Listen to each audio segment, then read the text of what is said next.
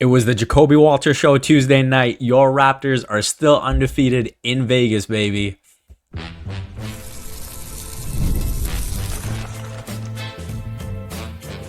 You are Locked On Raptors, your daily Toronto Raptors podcast, part of the Locked On Podcast Network. Your team every day. It's your favorite part of the day. Thanks for making Locked On Raptors your first listen every day. I'm Vivek Jacob. I've been covering the Toronto Raptors for 8 seasons across several outlets. You can follow Locked On Raptors on X, Instagram, and YouTube. And be sure to check out the Locked On Raptors Discord, where you can talk all things basketball, but especially the Raptors. Today's episode is brought to you by FanDuel. Right now, new customers can get $150 in bonus bets when your first $5 bet wins. It is Tuesday, July the 15th. Another recap, another solo episode as the Toronto Raptors have defeated the Denver Nuggets 101-97. Quick game recap. So slow start again. Nuggets took the first quarter 25-21. Unlike the previous two games, things did not change a whole lot in the second quarter. The half-court offense was a struggle. Denver was doing a really good job with their transition defense. Even though the Raptors forced 11 turnovers in the first half, the Raptors only had 4 points off those turnovers. And so being unable to score off the turnovers, the half-court offense couldn't really come through. And so that kind of dictated the first half. I thought Day'Ron Holmes had a really good first half for the Nuggets. And then EJ Liddell, we will talk more about him a bit further down. He was heavily involved till he wasn't. We'll put it that way. Third quarter, that's where the Raptors popped off. 19-0 run. They go on to take a 60-48 lead that they didn't look back from. Jacobe, I mean, we talk about popping off. That man popped off. We're going to get to him in a second. Fourth quarter, Raptors looked in control. Everything seemed settled. But after, what was an altercation leading to the EJ Liddell ejection, Denver makes a run. They make a bunch of threes. They go small and make a bunch of threes to make it a 1-point game at one point.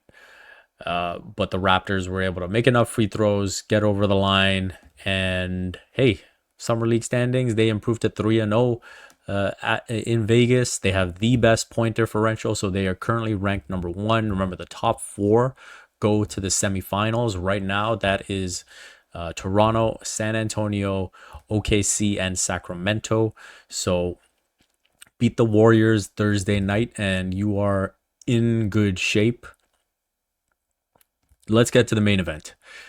Jacobe Walter, 26 points, 4 for 5 on 2s, 4 for 11 on 3s, 6 of 7 at the free throw line. That's something we talked about. Maybe, not absorbing the contact the way he should in previous games. Did that in this one. 6 for 7 at the free throw line, 4 rebounds, 7 steals.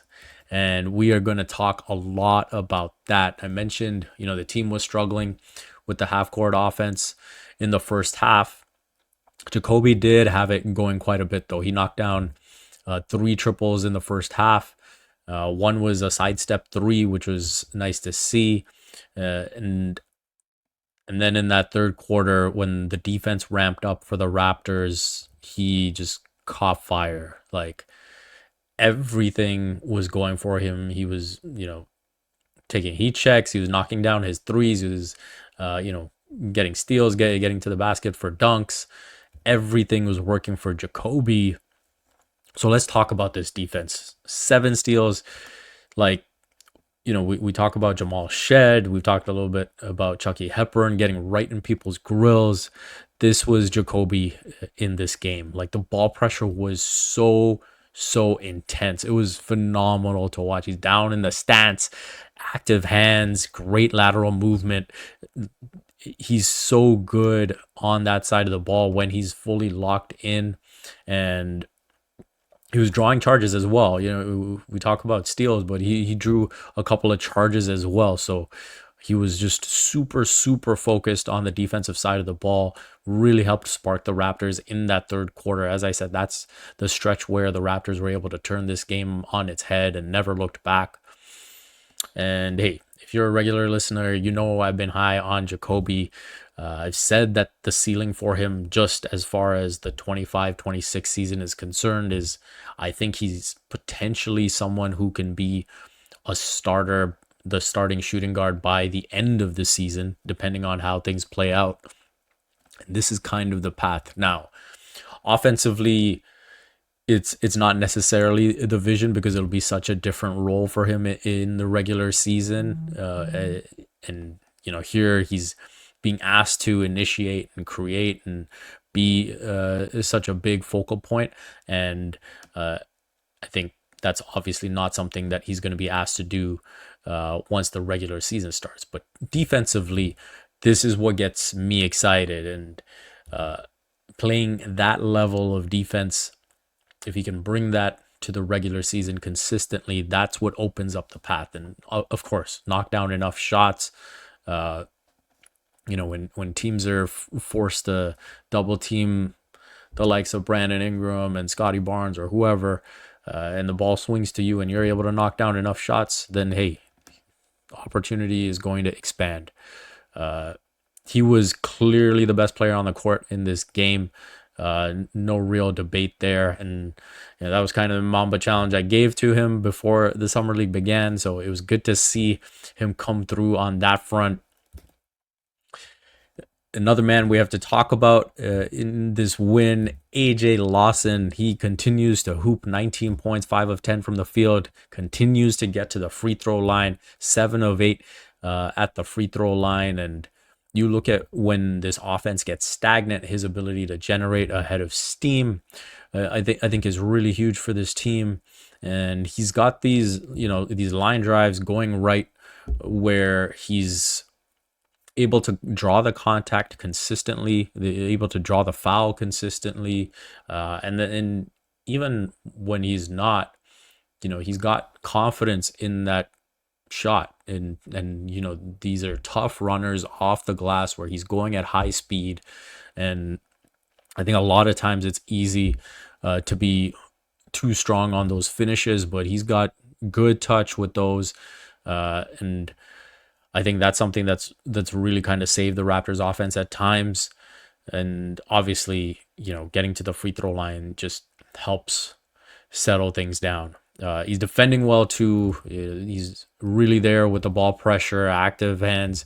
And so I think it's just really good to see him fitting in with this group and leading this group. It takes leadership to perform the way he has so far. So I think that's something that's super encouraging for AJ Lawson, just owning the fact that, hey, he's kind of a summer league vet, and he, as much as anyone, is trying to show that he doesn't belong here anymore and he deserves more of an opportunity.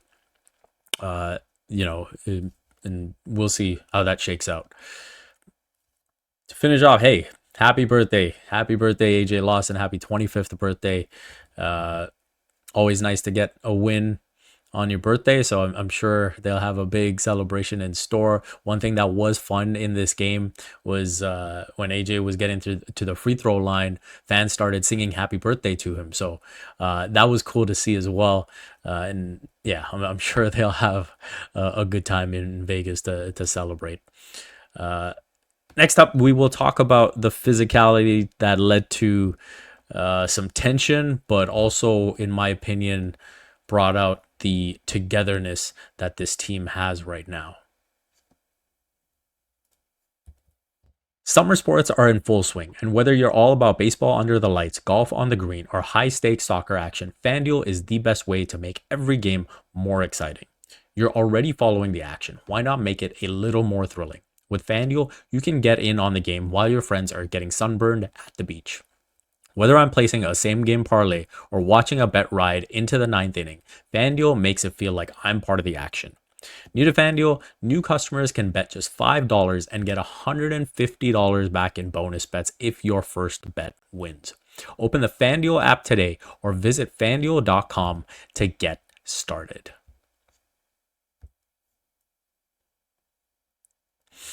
And we are right back at it. I mentioned, the physicality that brought out the camaraderie. So let's dig a little deeper on that. And let me set the stage for you. So, first quarter, I mentioned that Jacobe hit a sidestep three, and I think he talked a little bit to EJ Liddell there, letting him know, like, hey, you can't go under on me, like that type. Just there's nothing intense there at all. But then later, when Jacoby's defending, he's chasing around a screen, around an EJ Liddell screen, and Liddell made sure to get him, and he knocked him pretty hard. Jacobe goes to the floor. They call the offensive foul, nothing more than that. And that was the right call. There wasn't enough, there wasn't enough excessive contact to view it as anything more than that. But Jacobe gets up, they start jawing a little bit. There's a bit of a back and forth. And I mentioned, like, EJ actually had a good half. Like, he had 4 blocks in the first half, and you could see he was up for it. Maybe there was a little bit extra. And there was this intensity that he was playing with that you could sense was kind of simmering, was kind of bubbling. Maybe we'll see this materialize into something bigger later down the line. So third quarter, and I think this was something that set the stage for what we saw later. Third quarter, one of the worst calls I've seen.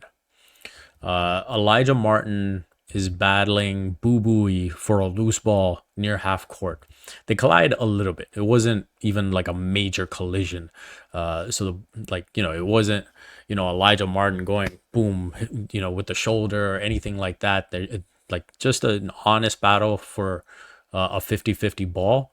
And Bowie stumbles a little bit, loses his balance, and then he falls backwards into the scorer's table, and it got him right in that hard, like, top of the scorer's table, right into the back, and it was a loud contact. You could hear the thud, and he goes down hard and is clutching his back, and obviously in a lot of pain. He left the game, was questionable to return initially, but he didn't come back.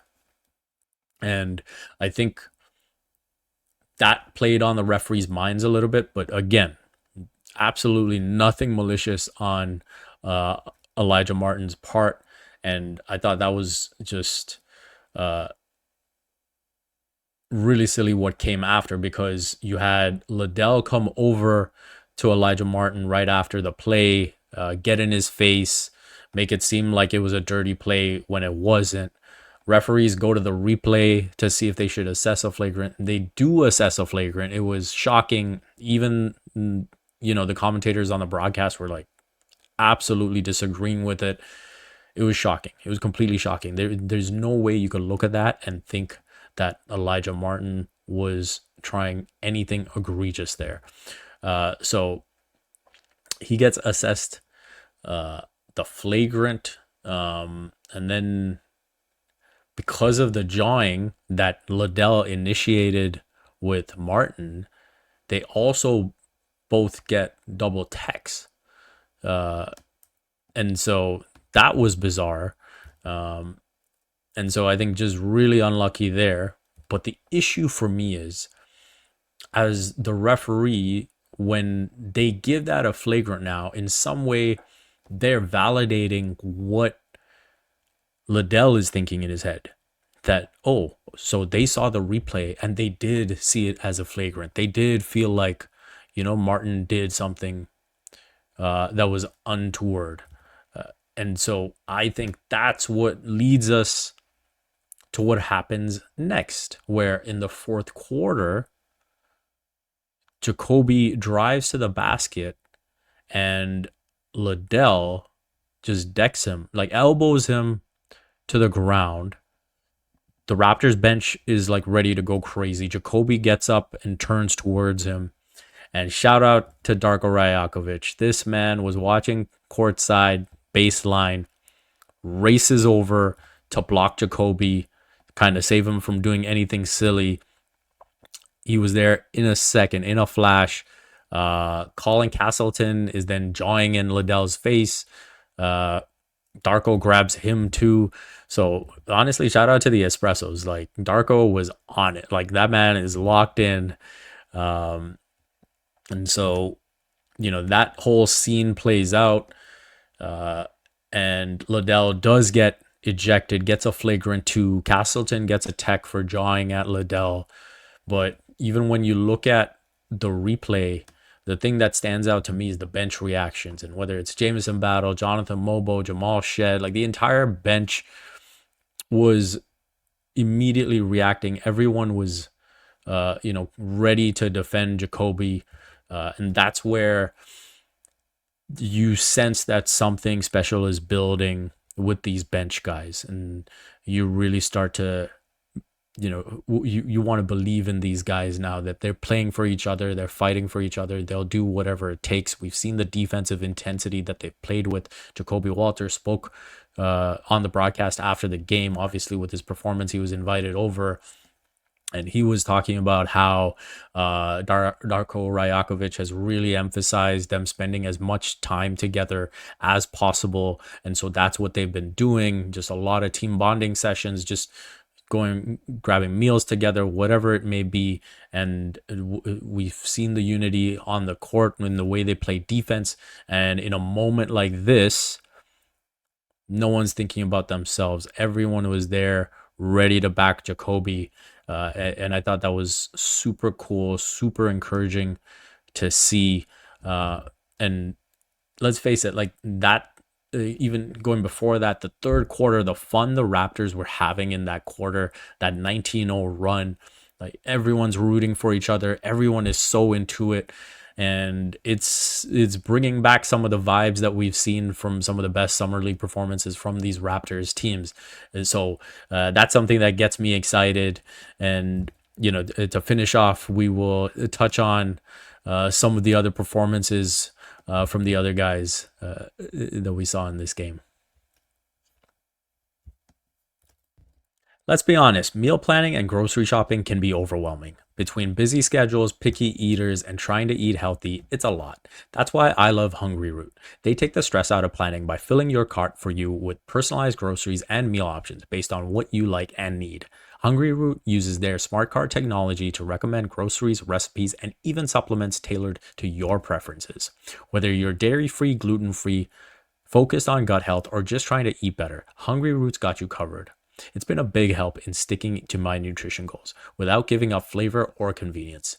Take advantage of this exclusive offer. For a limited time, get 40% off your first box plus a free item in every box for life. Go to hungryroot.com/lockedonnba and then use code LOCKEDONNBA. That's hungryroot.com/lockedonnba, code LOCKEDONNBA to get 40% off your first box and a free item of your choice for life. And to wrap up, I want to go over some of the performances that we saw from the other guys. So obviously we got to talk about Colin Murray-Boyles, his second game in Summer League. The defense was very good. His positional sense for a rookie, I think, is really, really impressive. And then I think he just lets his physical attributes take over, right? He's got good anticipation. The instincts are there. So when you're in the right place at the right time, then he's got the body, the length to really cause problems. And so I think that's a positive. That's something that we're expecting to see from Colin Murray-Boyles. And I'm glad, we're getting to see more of that as these games go on. Offensively, so there wasn't much for the first three quarters. I'll call this a bit of a Goldilocks equilibrium game, where I think the first game, I think he was over eager, trying to do too much. We saw the turnovers, the air balls, fouls, and I think that's something that he probably thought about and said, hey, maybe let the game come to me more. And so I think he finished the first half just taking the one shot attempt. So I think he was just happy to let the game come to him. And then the second half, he started to come on. And especially the fourth quarter, he made some nice plays. He finished with 10 points, 3 of 5 shooting, had a couple of nice passes to cutters. And so we saw a little bit of that offensive reading of the game, a bit of that playmaking. And he did knock down a three. So that's a positive for Colin Murray Boyles. So, that's nothing that really jumps out, but a solid performance. And then we'll see how he goes against the Warriors.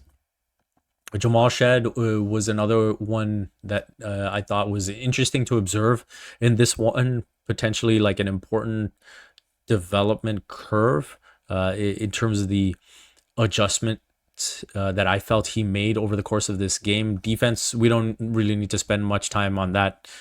You guys know what Jamal Shed brings to the table. So on that end of the floor, what I found interesting was that early on, Denver was going under screens and daring him to shoot, and he was stepping right into it. So he went 0 for 3 from 3 in the first quarter, and there were good looks, and he was, catching in stride, shooting in stride, and just missing them. So what does he do? What does he learn from that?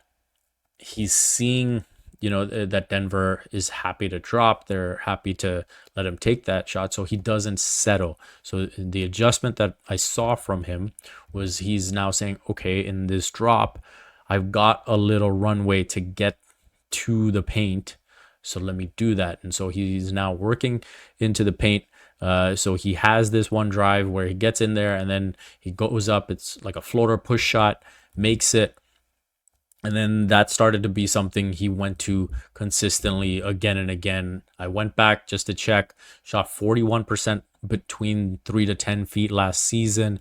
So, if he has that floater package, that push shot, that he can rely on, I think that's something that could be an important thing for him, where if the shot's not falling and they're willing to drop, then he's someone that can maybe exploit that space, get in.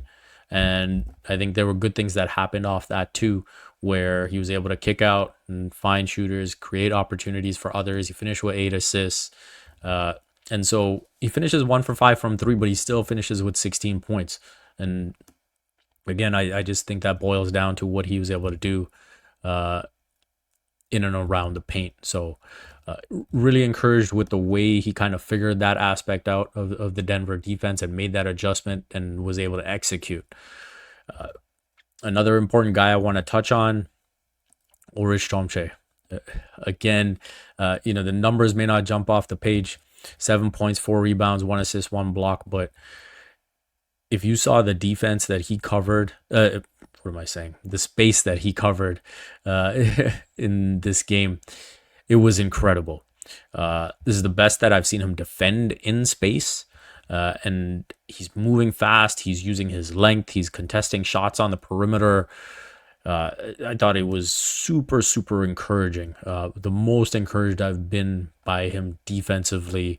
And, even when there's the possessions where he's having to kind of be out on the perimeter, the way he was able to scramble back into the paint to not just get back for the rebound. There were possessions where he's getting back in there and then contesting shots.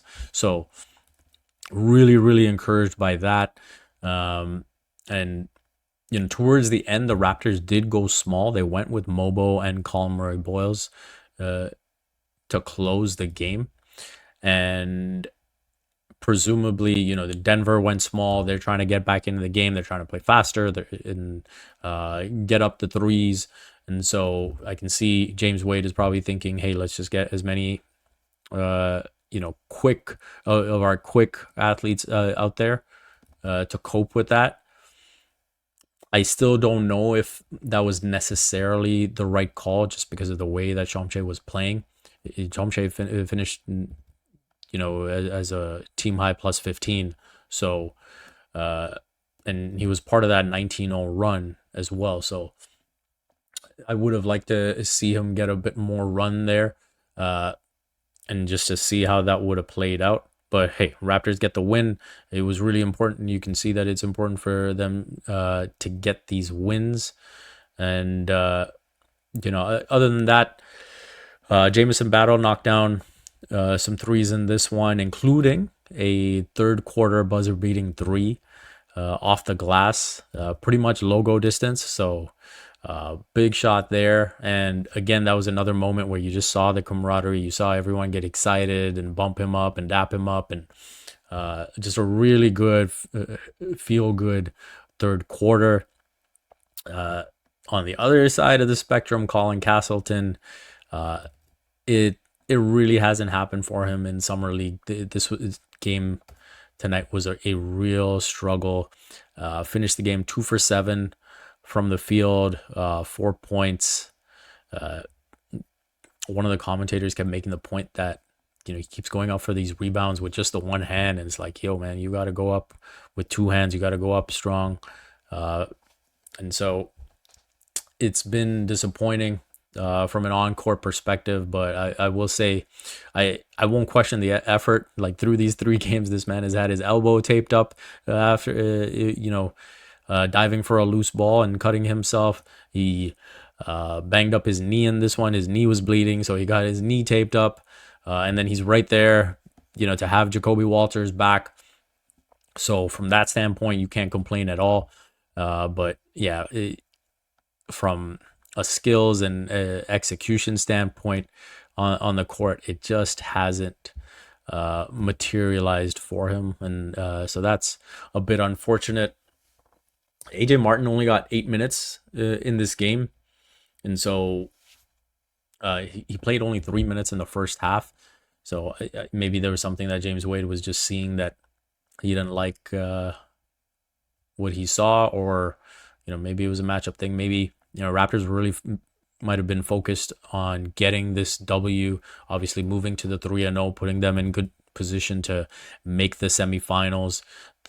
The last game and this game, they've just had the 10 players in the rotation. Obviously, you go back to the first game, it's a lot easier to play everyone when you're winning by 40, but you could even argue that this was a 9-man rotation because Elijah only got the 8 minutes.